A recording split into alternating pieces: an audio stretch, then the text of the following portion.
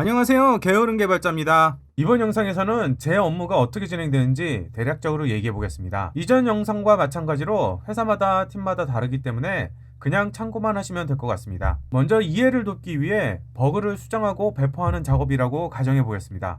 그 전에 소스 관리 방식부터 설명해야겠네요. 저희 팀은 소규모라서 단순한 전략을 사용하고 있습니다. 업무도 서로 겹치는 부분이 적어서 같은 소스를 동시에 작업할 일이 그렇게 많지는 않습니다. 그래서 각 프로젝트마다 하나의 리모트 저장소만 가지고 있고 각 팀원들은 이걸 복제해서 로컬 저장소에서 개발하고 있습니다. 브랜치도 복잡하게 나누지 않았습니다. 개발용 데브, 스테이지용 릴리즈, 서비스 배포용으로 마스터, 이렇게 딱 세 종류로 관리합니다. 처음에는 기플러와 비슷한 전략을 한 1년 정도 사용했었는데 브랜치 관리 작업이 업무에 비해서 쓸데없이 복잡한 것 같아 이처럼 단순하게 딱 3개의 브랜치만 유지하는 것으로 바꿨습니다. 자, 일단 다시 처음으로 돌아와서 소스 수정 작업을 해서 커밋을 하나 만들었다고 가정하고 배포하는 과정을 설명해보죠. 사실 특별한 이유 없이 커밋 하나 만들었다고 바로 배포하는 건 극히 드문 일이기는 합니다. 개발용 브랜치 기준으로 커밋을 누적시키는 게 보통입니다. 배포는 크게 2개의 단계를 거치는데 바로 스테이지와 프리프로덕션 단계입니다. 2단계에 맞춰 서버를 따로따로 구성해서 사용하고 있습니다. 스테이지 서버는 저희 개발팀에서 관리하고 있고 도커 스웜을 이용해서 실제 서비스와 비슷하게 구성해 놓았습니다. 각종 DB 서버들도 설치되어 있고 저희 개발팀에서 개발하고 있는 모든 서비스들이 구성되어 있습니다. 이 스테이지 서버는 몇 가지 목적이 있는데 우선 최근 개발된 기능들을 실제 사용자들이 시험적으로 사용해보기 위해서이고, 두 번째 목적은 여러 서비스들이 서로 잘 연동하는지 확인해보는 것입니다. 일종의 프로토타입,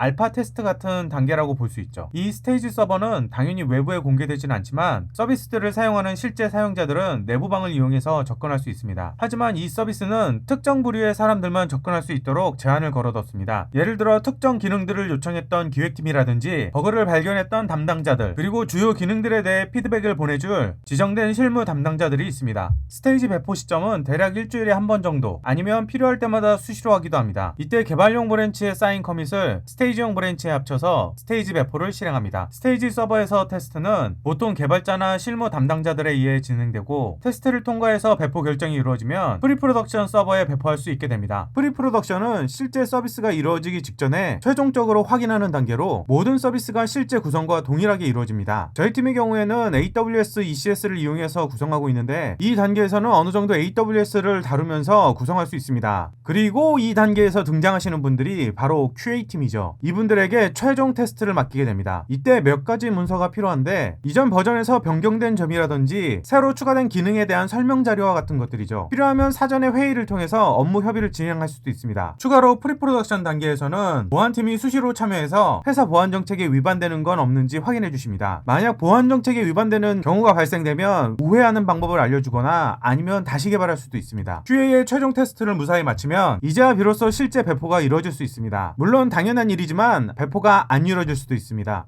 QA 테스트 중에 중요한 버그를 발견했다든가 지금 개발하고 있는 다른 기능들과 합쳐서 나가기로 결정됐다든가 아무튼 여러 이유로 배포가 미뤄질 수도 있습니다. 비로소 정식 배포가 결정되면 또다시 문서를 작성해야 합니다. 저희 팀 서비스의 경우 최종적으로 실제 서비스에 배포할 수 있는 건 AWS 관리를 맡고 있는 클라우드 팀입니다. 실무 개발자들이 직접 AWS 서비스를 만질 수 있는 건 프리프로덕션까지입니다. 여기서부터는 클라우드 팀에게 업무를 맡겨야 됩니다. 이전 단계에서 구성했던 내용을 전부 문서로 정리해서 클라우드 팀에게 맡깁니다. 추가되거나 변경되는 옵션, 환경 변수 등 변경되는 점들, 새로 열어야 할 포트들, 예외 정책들, 이런 것들을 문서로 잘 정리해서 넘겨야 됩니다. 그러면 클라우드 팀에서 문서 내용을 바탕으로 서비스를 업데이트 시켜줍니다. 이후 실무 개발진들이 할 수 있는 건 실제 업데이트가 진행되는 동안 클라우드 와치 같은 것들을 보면서 배포되는 과정을 지켜봐야 합니다. 가장 쫄리는 순간이죠. 배포가 잘 이루어지면 나라를 구한 것 마냥 만세삼창을 외치면서 조기 퇴근을 생각해 볼 수 있고, 반대의 경우 지옥행 특급 열차를 타고 나락으로 떨어지는 느낌이 뭔지 아시게 될 겁니다.